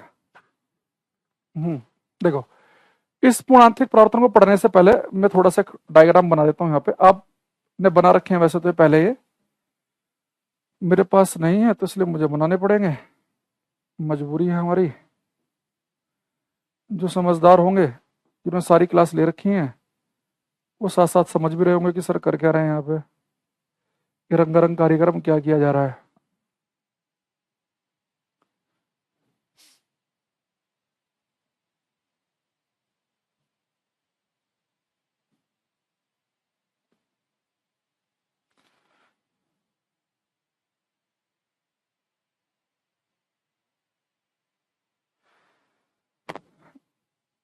देखो, ये जो लाइट आती है इसे हम कहते हैं इंसिडेंट रे, आपतित किरण।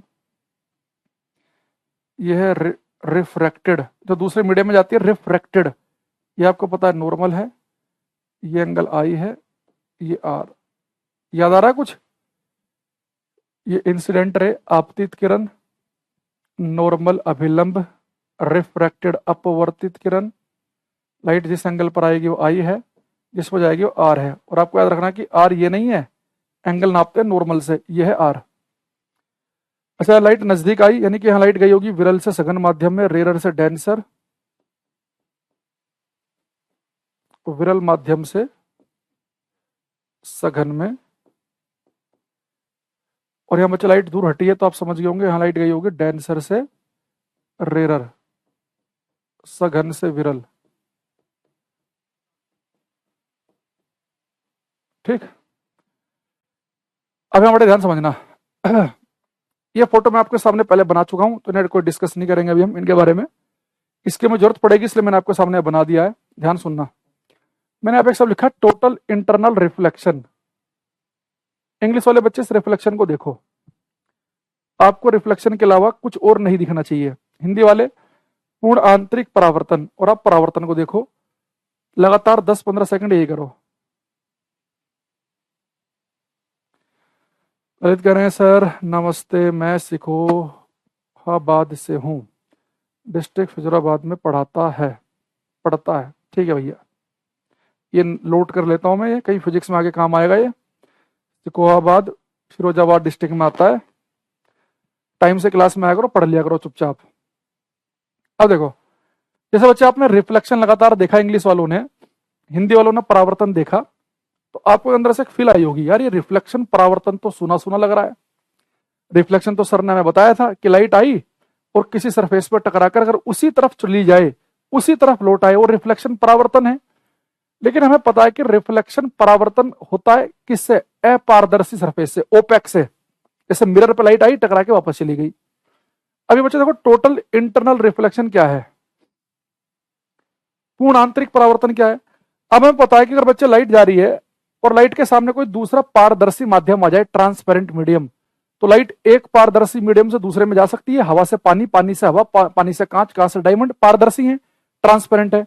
लेकिन मैं चाह रहा हूं कि लाइट चल रही है और लाइट के सामने ट्रांसपेरेंट मीडियम हो, लाइट के सामने पारदर्शी माध्यम हो, लेकिन लाइट उसमें ना घुसे और तब भी टोटली वापस आ जाए। जैसे मान लो ये बच्चे, मान लो कि यहां से लाइट जा रही है पानी में और सामने लाइट को कांच दिखाई दे, और मैं चाह रहा हूं कि बस लाइट कांच पे टकरा के वापस आ जाए, अंदर ना घुसे। या लाइट कांच पे चल रही हो, कांच के अंदर आगे पानी दिखे पर बाउंड्री पे टकरा के वापस आ जाए, अंदर ना घुसे, तो light totally internal reflection totally वापस कब आएगी, मुझे पता करना है कि जो लाइट दूसरे मीडियम में जा रही है, ये लाइट दूसरे माध्यम में घुस रही है, मैं चाह रहा हूं कि लाइट दूसरे मीडियम में घुसे ही ना, जैसे यहां पे टकराई थी ना, बस सीधे यहीं पर रिफ्लेक्ट हो जाए, जैसे यहां पे टकराई थी सीधे रिफ्लेक्ट हो जाए, दूसरे मीडियम में जाए ही ना। सामने पारदर्शी माध्यम है, ट्रांसपेरेंट मीडियम है, हवा पानी कांच है, तब भी ना घुसे, टोटली वापस आ जाए। देखो ऐसा कब होगा? सबसे पहले समझो, अगर आपको लाइट को टोटली रिफ्लेक्ट कराना है, पूर्ण रूप से परावर्तित कराना है, तो सबसे पहले तो बच्चे ध्यान रखना, लाइट को जाना चाहिए सघन से विरल माध्यम में, डेंसर से रेरर। क्योंकि जब लाइट बच्चे सघन से विरल माध्यम में जा रही है तो आपको पता है कि नॉर्मल से दूर हट रही है, तो इस वाले केस में लाइट को थोड़ा सा और दूर हटाकर आप लाइट को टोटली वापस ला सकते हो। लेकिन जब लाइट विरल से सघन माध्यम में जाती है, रेरर से डेंसर में जाती है, तो डेंसर मीडियम में तो लाइट नॉर्मल के नजदीक आएगी, तो यहाँ पे तो लाइट बच्चे नॉर्मल के और नजदीक चिपक सकती है, यहाँ पे लाइट वापस नहीं आएगी। यानी कि लाइट को अगर टोटली वापस लाना चाहते हो, लाइट को पूर्ण रूप से परावर्तित करना चाहते हो, तो वो काम तब तो हो ही नहीं सकता अगर लाइट विरल से सघन माध्यम में जा रही हो, रेरर से डेंसर में जा रही हो। जैसे कि हवा से पानी में जा रही हो, नहीं होगा, क्योंकि हवा से पानी, पानी सघन है हवा की अपेक्षा। पानी से लाइट मान लो जा रही है कांच में, नहीं होगा, क्योंकि कांच सघन माध्यम में नहीं होगा। तो लाइट अगर रेरर से डेंसर में जा रही है, विरल से सघन माध्यम में जा रही है, तो TIR पूर्णांतरिक परावर्तन नहीं हो सकता। जब लाइट सघन से विरल माध्यम में जाती है तो लाइट नॉर्मल से दूर हटती है, तो इस वाले केस में लाइट को दूर हटा हटा के वापस लाया जा सकता है। वो कैसे आएगी वो मैं आपको बताऊंगा। बस आपको फिलहाल एक शब्द याद रखना है कि पूर्ण आंतरिक परावर्तन के लिए, लाइट को टोटली रिफ्लेक्ट कराने के लिए पहली शर्त यह है कि लाइट सघन से विरल माध्यम में जाए, डेंसर से रेरर में जाए, सघन से विरल में। विरल से सघन माध्यम में TIR नहीं हो सकता है। क्वेश्चन कई बार आया हुआ है कि पूर्ण आंतरिक परावर्तन की घटना, टोटल इंटरनल रिफ्लेक्शन कब संभव है, तो बोल देगा जब लाइट रेरर से डेंसर में जाए, डेंसर से रेरर में जाए, दोनों केस में हो सकता है, कभी नहीं होगा, तो बोलेंगे डेंसर से रेरर। इंग्लिश वालों के लिए थोड़ा आसान है, आप ऐसे याद रखो कि TIR होता है डर के साए में। डर के साए का मतलब क्या है कि पहला मीडियम होना चाहिए डेंसर, दूसरा होना चाहिए रेरर। यानी कि लाइट जाए डेंसर से रेरर, सघन से विरल माध्यम में। सघन से विरल में जाएगी तो लाइट दूर हटेगी तो हो जाएगा। चलो पहली लाइन लिखो, पहले हिंदी वाला लिखेंगे इस बार। पूर्ण आंतरिक परावर्तन की घटना, पूर्ण आंतरिक परावर्तन की घटना केवल तभी संभव है, पूर्ण आंतरिक परावर्तन की घटना केवल तभी संभव है जब प्रकाश सघन से विरल माध्यम में जाता है। पूर्ण आंतरिक परावर्तन की घटना केवल तभी संभव है जब प्रकाश सघन से विरल माध्यम में जाता है। पूर्ण आंतरिक परावर्तन की घटना केवल तभी संभव है जब प्रकाश सघन से विरल माध्यम में जाता है। बाकी बच्चे लिखेंगे TIR possible only when, TIR possible only when light enters from denser to rarer medium, when light enters from denser to rarer medium, when light enters from denser to rarer medium। पूर्ण आंतरिक परावर्तन की घटना केवल तभी संभव है जब प्रकाश सघन से विरल माध्यम में जाता है। अब देखो, यानी जब लाइट जाएगी डेंसर से रेरर में, सघन से विरल माध्यम में, तब लाइट टोटली वापस लाई जा सकती है। अभी एक सिंपल सी याद रखना, क्यों? जब लाइट जाएगी सघन से विरल माध्यम में तो लाइट नॉर्मल से दूर हटेगी, तो इस वाले केस में लाइट को दूर हटा हटा के आप टोटली वापस ला सकते हैं। कैसा आएगी बाद की बात है, अभी फिलहाल के लिए एक शब्द याद रखना है कि टी आई आर तभी होगा जब लाइट डेंसर से जाएगी रेयर में। जैसे क्वेश्चन में पूछता हूं आपसे, ये एग्जाम का क्वेश्चन है, T I R possible when light enters from,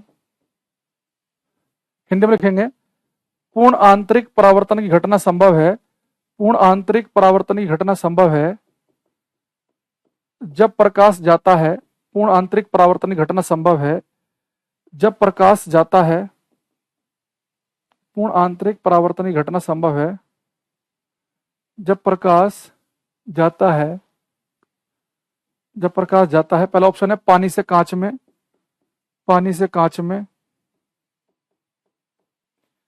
दूसरा है हवा से पानी में। तीसरा है कांच से हीरे में। चौथा है कांच से पानी में। तो आपको बताना कि पूर्ण आंतरिक परावर्तन की घटना कब संभव है, किस केस में लाइट टोटली रिफ्लेक्ट हो सकती है, पूर्ण रूप से परावर्तित हो सकती है। ठीक है हिमांशु जी, हिमांशु,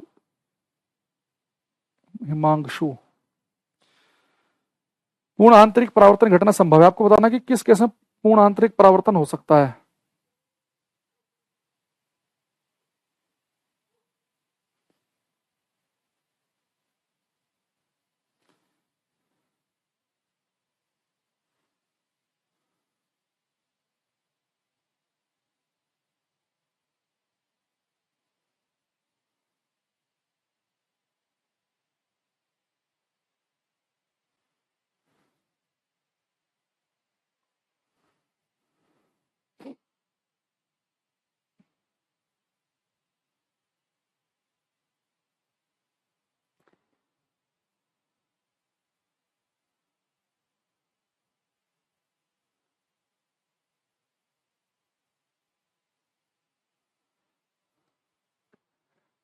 गोलू, सिद्धांत, मुक्तेश, रोहित, ओमकार का गलत है, अंजलि का गलत है, गोलू, गौरव, सबका ठीक है एकदम। ओमकार भाई दो ऑप्शन नहीं है सही, एक सही है। आपसे का ऑप्शन है, मुरारी सही लिख रहे हैं एकदम, अनुज सही लिख रहे हैं कि पूर्ण आंतरिक परावर्तन कब हो सकता है। ऋषिक भाई आपको गलत है। अभी तो मैंने आपको बताया कि पूर्ण आंतरिक परावर्तन कब हो सकता है, जब लाइट जाए सघन से विरल माध्यम में, डेंसर से रेरर में। सघन से विरल, सघन माध्यम कौन सा होता है बेटा, जिसका रेफ्रेक्टिव इंडेक्स अपवर्तनांक ज्यादा हो। जो बच्चे ए ऑप्शन कह रहे हैं उनका देखो गलत है। बच्चे लाइट जाएगी पानी से कांच में, तो पानी का रेफ्रेक्टिव इंडेक्स तो होता है 1.33, कांच का होता है 1.5। तो बच्चे यहाँ लाइट रेरर से डेंसर में जा रही है, विरल से सघन माध्यम में जा रही है, डेंसर से रेरर में कहा जा रही है। टी आई आर तभी हो सकता है जब पहला मीडियम डेंसर हो दूसरे की अपेक्षा। तो यहाँ पे तो दूसरा मीडियम डेंसर हमें चाहिए, पहला यहां नहीं हो सकता। एयर का रेफ्रेक्टिव इंडेक्स होता है लगभग 1.0003, वाटर का है 1.33, तो यहां भी दूसरा मीडियम डेंसर है, यहां भी नहीं हो सकता। ग्लास का है 1.5, डायमंड का है 2.42, यहां भी दूसरा मीडियम डेंसर है, यहां भी नहीं हो सकता। ग्लास का है 1.5, ये है 1.33। तो देखो पर लाइट कहां जा रही है, सघन माध्यम से विरल में, डेंसर से रेरर में, ज्यादा रेफ्रेक्टिव इंडेक्स से कम में जा रही है। तो ये आंसर ठीक है, डी ऑप्शन। जिन्होंने डी लिखा उन सबका सही है, बाकी सबका गलत। भाई टी आई आर के लिए पूर्ण आंतरिक परावर्तन कब हो सकता है, टी आई आर कब पॉसिबल है, जब लाइट सघन से विरल माध्यम में जाए, यानी कि पहला मीडियम सघन होना चाहिए। मनोहर पता नहीं क्या लिखे जा रहे हैं। तो ग्लास का रेफ्रेक्टिव इंडेक्स मैंने बताया था, नॉर्मल ग्लास का 1.5 होता है, तो इसमें हो जाएगा। चलो अब यहां देखो ध्यान से बात को। अब बच्चे हमें एक छोटी सी बात तो क्लियर हो गई, वो ये, अब यहां ज्यादा ध्यान से समझना है बात को, मामला ज्यादा गंभीरता के साथ। अब हमें पता चल गया कि सबसे पहली कंडीशन क्या है टी आई आर के लिए, पूर्णांतरिक परावर्तन के लिए। कंडीशन यह है कि, राजू कह रहे हैं सर इंग्लिश लिख रही हो तो हिंदी में लिखो। तुम्हें पता हो संभव नहीं है तो बार बार लिखवा के डेली अपनी क्यों बेइज्जती करवा रहे हो राजू भाई। अगर आपसे इतना कंफर्टेबल नहीं हो, आप इतना भी नहीं लिख सकते, तो क्या नौकरी लोगे तुम एक एक 4 बार एक शब्द बोला कि जब प्रकाश सघन माध्यम पूर्ण आंतरिक परावर्तन केवल तभी संभव है जब प्रकाश सघन से विरल माध्यम में जाता है। 4 बार अगर सुन के आप नहीं लिख सकते तो आप केवल अपने आप को परेशान कर रहे हो। अब ये लाइट जा रही है बच्चे सघन माध्यम से विरल माध्यम में, डेंस से रेयर, तो लाइट दूर हटी। ठीक, यानी अगर आप यहां पे देखेंगे जब लाइट दूर हटेगी तो आपको साफ साफ दिख रहा होगा, जब लाइट दूर हटेगी तो आर की वैल्यू आई से ज्यादा होगी। यानी अगर आई की वैल्यू 30 है तो मैंने आर मान लिया कि 40। एक नोट जाओ, पहले से गोलू को भगाने दो, इसका इजी निकालता हूं पहले मैं क्लास से, इसने बहुत पढ़ लिया।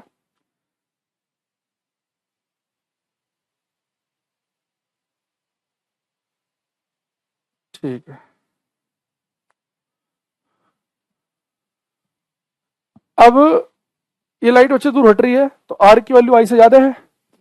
मान लो कि आई 30 है तो आर को मैंने 40 मान लिया, ज्यादा है ना क्योंकि लाइट दूर हट रही है। अच्छा बच्चे मैं यहाँ पे थोड़ा सा लाइट को यहां से छोड़ रहा था पहले मैं, अब लाइट को मैं यहाँ की जगह यहां से छोड़ रहा हूँ थोड़ा सा, यानी कि ज्यादा बड़े एंगल पे। अगर मैं आई की वैल्यू थोड़ी सी बढ़ा दूं, थोड़ा पतला करते हैं इसे, अगर आई की वैल्यू बच्चे मैं थोड़ी सी बढ़ा दूं,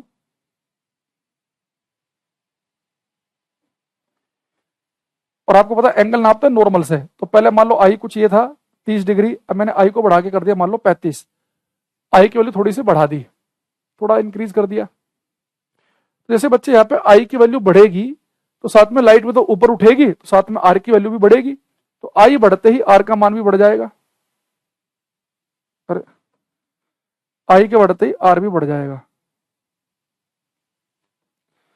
तो यानी कि लाइट थोड़ी सी,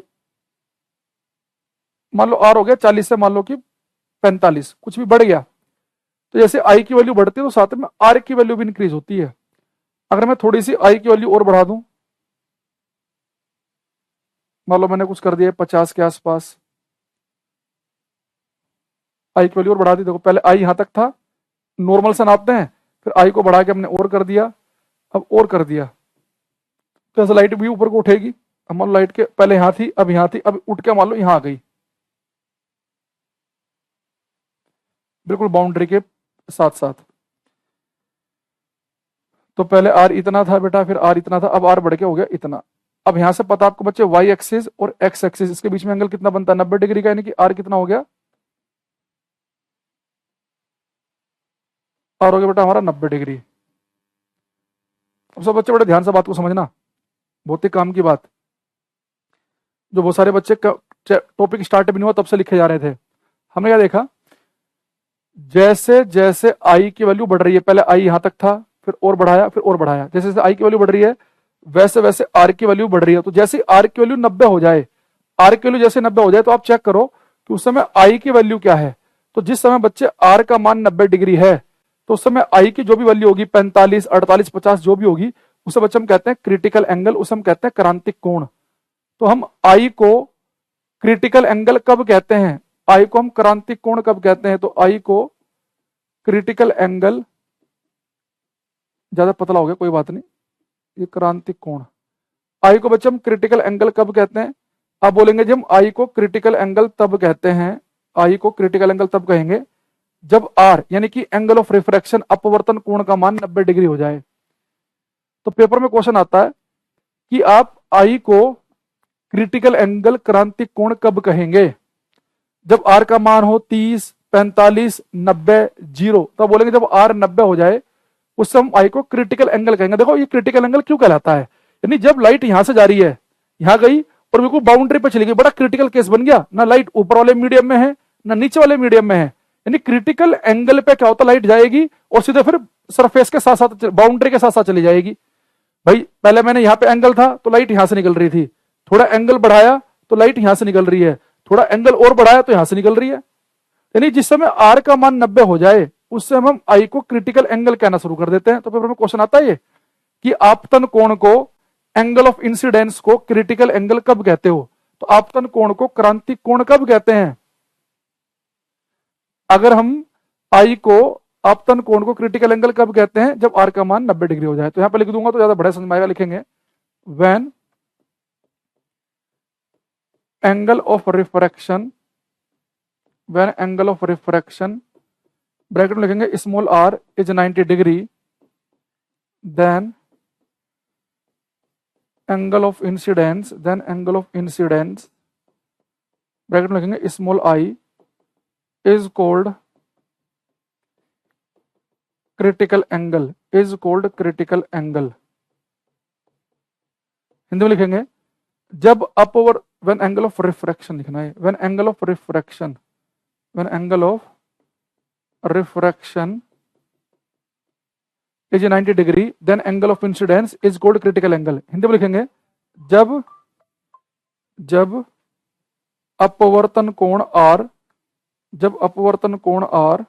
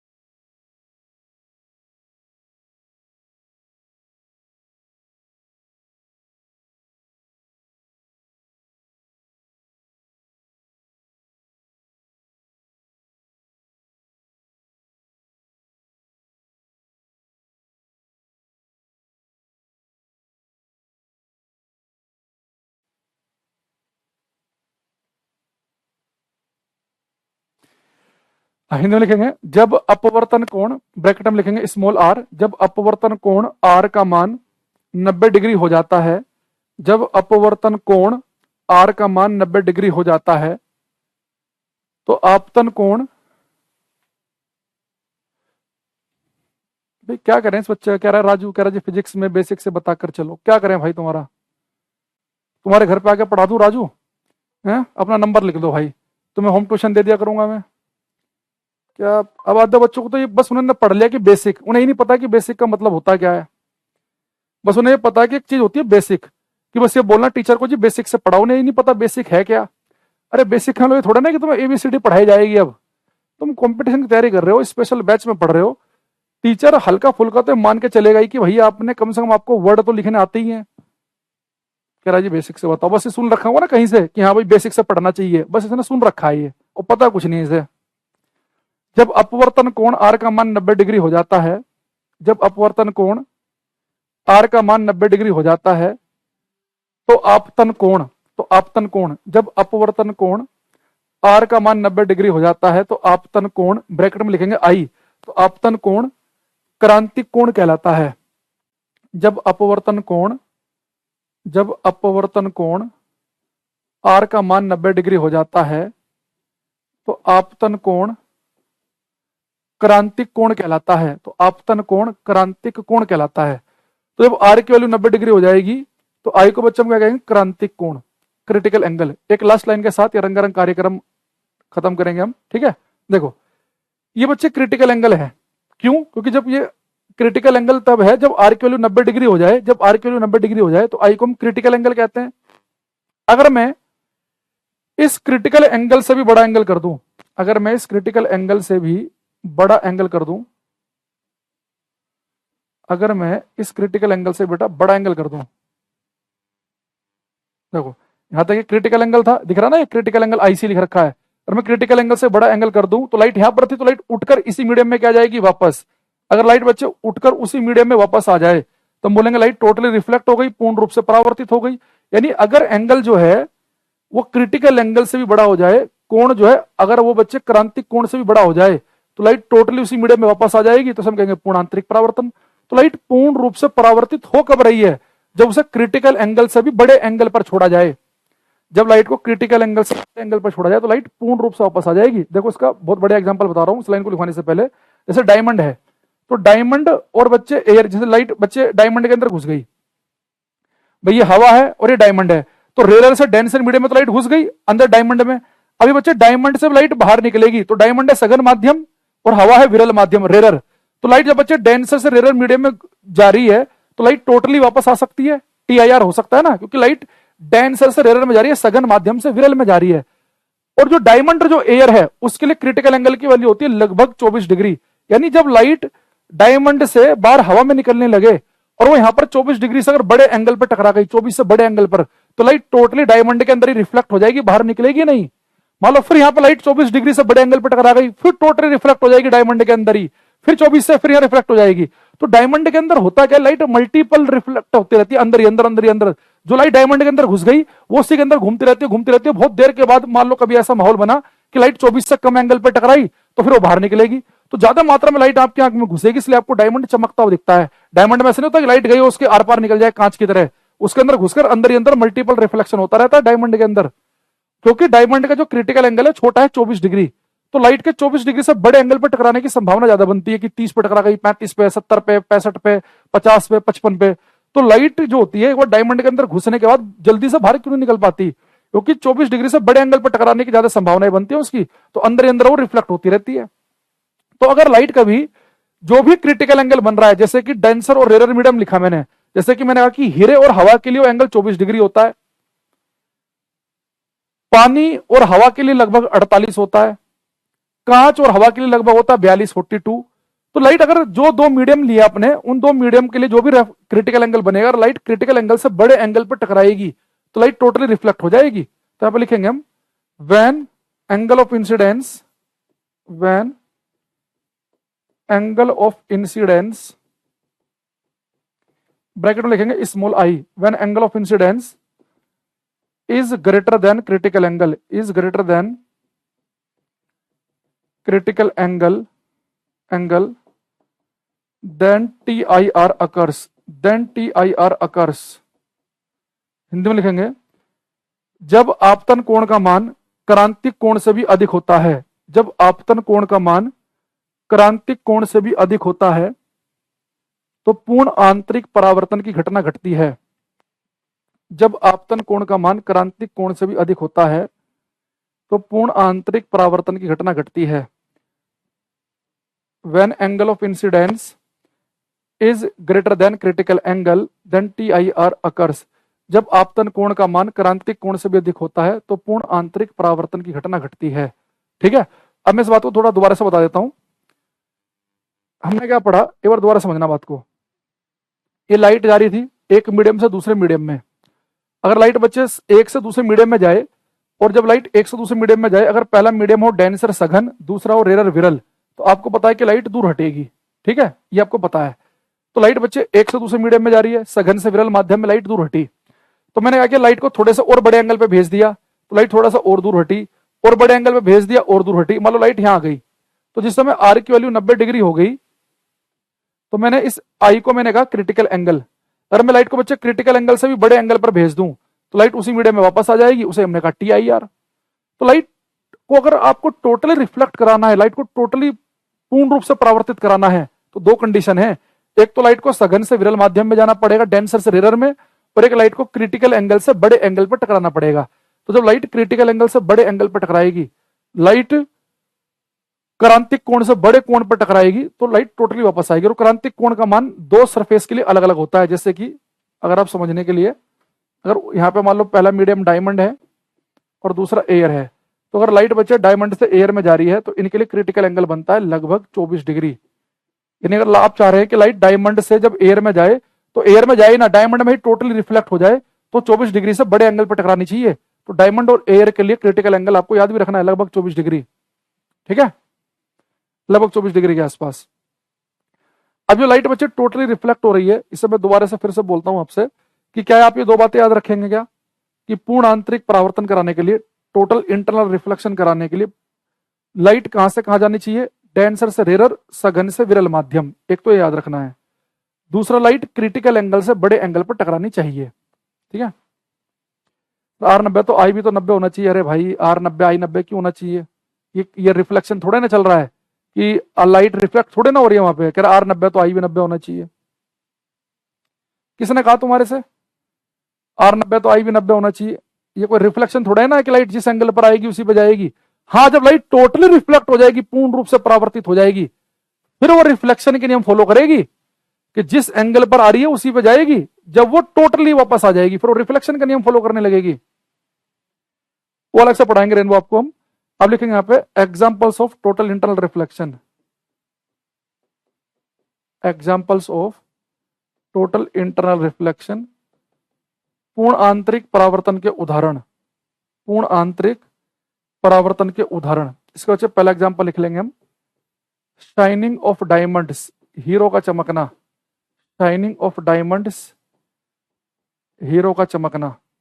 तो जो हीरे चमकते हैं, शाइनिंग ऑफ डायमंड्स, हीरे का चमकना, इस पे काम करता है, ठीक है। दूसरा एग्जांपल लिखेंगे इसमें हम, formation of mirage, formation of mirage, मरग मरीचिका का बनना, मरग मरीचिका या मरग तृक्षणा भी लिख देता है वो पेपर में, मरग मरीचिका का बनना। तो मिराज क्या होता है, बहुत सारे बच्चों को नाम नहीं पता होगा पर देखा सबने है। अभी गर्मी का मौसम आएगा, मई जून का महीने में आप रोड पर निकलना, आपको देखेगा रोड पर निकलते समय, एसएससी में एग्जाम्पल आते हैं कि रोड पे आप जब जाते हैं ना बहुत ही गर्मी में हाईवे पर, आपको दिखता है कई जगह ना ऐसे पानी सा बिखर सी रहा है, आपको लगता है कि वो वाटर बिखरा हुआ है, पानी पानी का भ्रम सा होता है। आप नजदीक जाते हैं तो कुछ नहीं दिखता। तो गर्मी के मौसम में खेत की तरफ जाते समय, रेगिस्तानी एरिया में जाते समय, हाईवे पर जाते समय जो आपको पानी का वाटर जो इल्यूजन होता है, पानी का जो भ्रम सा होता है, उसमें कहते हैं मिराज। और जो मर्ग होते हैं ना हिरन, उन्हें लगता है कि सच में ही पानी है वो। अगर मान लो कि गर्मी में हिरन को कहीं दिख गया, वो मिराज ऐसे बन रहा पानी वाटर का इल्यूजन सा, तो हिरन को लगेगा सच में ही पानी है, तो वो उसके चक्कर में उधर चला जाएगा। वो वहां पर दिखना बंद हो जाएगा तो फिर कहीं और दिखने लगेगा तो वहां चला जाएगा। तो हिरन ऐसा बड़ा परेशान हो जाता है इससे। गर्मी के मौसम में जो आपको रेगिस्तानी एरिया में, राजस्थान में बड़ा क्वेश्चन आता है कि मिराज का बनना किस घटना पे काम करता है, तो और ये गर्मी में दिखेगा। इसे जनवरी के महीने में ढूंढने की गलती मत करना, या रात को, जितनी भयंकर गर्मी उतना ही बढ़िया आपको वाटर इल्यूजन, पानी का बहम सा आपको दिखाई दे सकता है, उसे हम कहते हैं मिराज। ये बहुत आता है एग्जाम में। तो हीरे का चमकना, मृग मरीचिका का बनना, इसे लिखेंगे ऑप्टिकल फाइबर, प्रकाशिक तंतु। ये आजकल बहुत आ रहा है ऑप्टिकल फाइबर, प्रकाशिक तंतु। देखो अगर आजकल आप इंटरनेट लगवाओ तो इंटरनेट वाला आपसे कहता है भाई साहब आपको मैं इंटरनेट दूंगा, बहुत ही हाई स्पीड इंटरनेट दूंगा, ऑप्टिकल फाइबर से थोड़ा पैसे ज्यादा लगेंगे। तो ऑप्टिकल फाइबर में क्या होता है, इसमें बच्चे, इसका एक फायदा ये है कि जो जितना भी सिग्नल आपका इंटरनेट प्रोवाइडर अपने घर से छोड़ेगा, जितना भी सिग्नल, वो सिग्नल बच्चे टोटली रिफ्लेक्ट होते होते, पूर्ण रूप से परावर्तित होते होते आपके घर तक पहुंचेगा। तो ये ऑप्टिकल फाइबर में सिग्नल टोटली रिफ्लेक्ट होता है, पूर्ण रूप से परावर्तित होता है, इसमें सिग्नल लीक नहीं होता। इसमें जो बच्चे अंदर वाला जो ये जो जिसके अंदर सिग्नल चलता है ना, वो होता है डेंसर मीडियम का बना हुआ, और उसके बाहर जो खोल होता है वो होता है रेयर मीडियम का। यानी कि जो अंदर मीडियम है वो ज्यादा रेफ्रेक्टिव इंडेक्स, ज्यादा अपवर्तनांक का होगा, वो सघन होना चाहिए, क्योंकि लाइट एक कैसे ट्रेवल कर रही है, डेंसर से रेयर की तरफ को, सघन से विरल की तरफ को। और अगर लाइट को ऐसे छोड़ा जाता है, सिग्नल ऐसे छोड़ेंगे कि क्रिटिकल एंगल से बड़े एंगल पर टकराएं, ताकि लाइट अंदर ही अंदर टोटली रिफ्लेक्ट होती रहे। तो ऑप्टिकल फाइबर जिसमें सिग्नल को हम टोटली रिफ्लेक्ट कराते हैं, पूर्ण रूप से परावर्तित कराते हैं, ताकि सिग्नल अंदर ही अंदर इंटरनल रिफ्लेक्ट होता रहे और बाहर लीक ही ना हो, वो भी किस पे काम करता है, TIR पे। एक फोर्थ लिखेंगे इसमें हम, एंडोस्कोपी,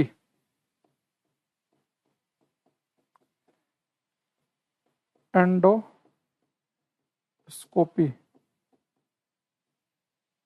एंडोस्कोपी। देखो एंडोस्कोपी जो है बेटा, ये आजकल ऐसा मान लो कि आपके पेट में, इंटेस्टाइन वगैरह में कुछ दिक्कत आ गई, तो डॉक्टर क्या करेगा, एक तार लेगा, वो तार होता है ऑप्टिकल फाइबर, उसमें एक छोटा सा कैमरा लगाएगा और आपके मुंह से उस कैमरे को पेट के अंदर भेज देगा। तो आपके पेट में जो भी दिक्कत होगी ना, वो सारी कंप्यूटर की स्क्रीन पर देख रहा होगा वो।